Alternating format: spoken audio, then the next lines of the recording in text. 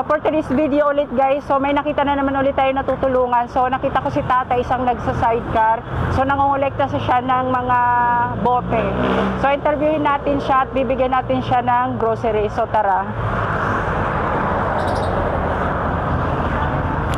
Hello tayo, good afternoon po. Ano pong pangalan nyo? Gilberto. Taga saan po kayo? Dito, San Agustin. San Agustin? So ano pong trabaho nyo? Ito, nangalakal. Nangangalakal. So sa isang araw po nakakamagkano kayo? Hindi pare-pareho.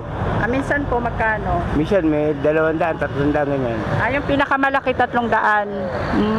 Minsan, syrup eh. Minsan wala talaga, no? Wala. Ilan po anak nyo? 3 lang. 3, nag-aaral po? Oo. So yung anak nyo po, pinag-aaral nyo sa pamamagitan ng pangungulekta ng mga kalakal.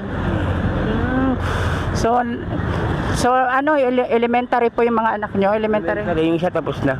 Nakapagtapos kayo dahil lang sa pangungulekta ng basura. Yung asawa nyo po? Wala na, patay na.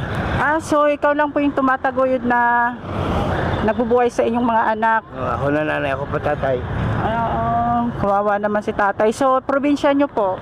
Dito mismo, Cavite. Cavite. Ilang taon na kayo pala? 60. Ako pala si Marlon. So live po tayo sa TikTok. Bali yung kinikita ko po sa TikTok is pinamamahagi ko rin po sa mga kagaya nyo po.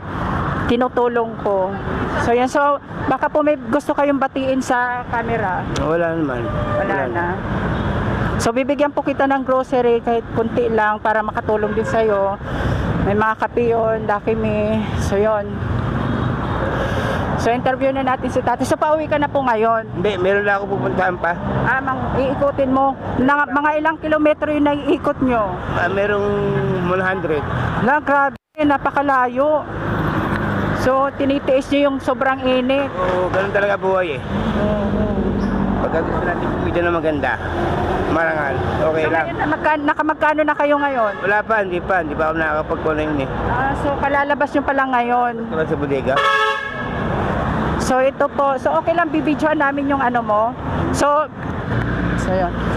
So ito yung kariton, minsan napupuno yan tay. Punong-puno yan. So ngayon wala pa, kaya Sa akin eh. mag-start pa lang kayo. So mga bote, bakal, ganon. Wala pa na. So wala pang laman. So kakalabas nyo pa lang. So ano yung laman ng sako? Pusot, Anong pusod? panggatong. Panggatong. So yun mga idol. Para pag-uwi, talaga lahat. So kahoy din yung ginagamit yung pangluto.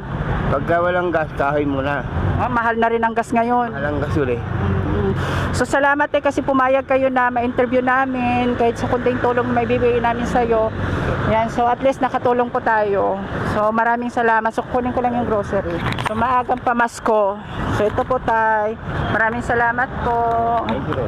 So wala na po kayong sasabihin. Wala naman, okay lang. So yan, kaway na lang po kayo sa camera tay. Bye bye po.